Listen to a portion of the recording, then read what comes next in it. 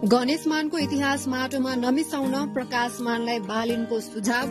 काठमाडौँ महानगरका प्रमुख बालेन्द्र शाह बालेनले उप प्रधानमन्त्री एवं शहरी विकास मन्त्री प्रकाश मान सिंह प्रति कटाक्ष गरेका छन्।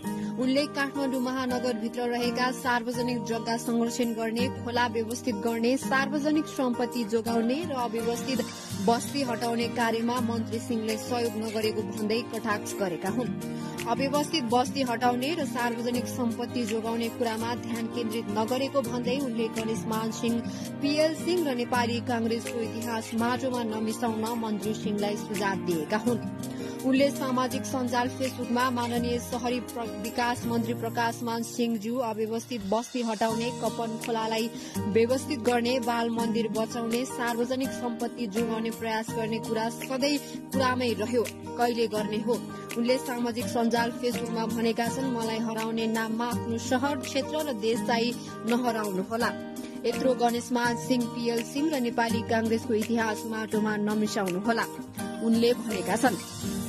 काठमाडौँ महानगरले यसअघि बागमती नदी क्षेत्रको अव्यवस्थित बस्ती हटाउन खोजेको, बाल मन्दिरको जग्गा बचाउने र बुढा नीलकण्ठ क्षेत्रको कपन खोला व्यवस्थित गर्ने अभियान थालेको थियो।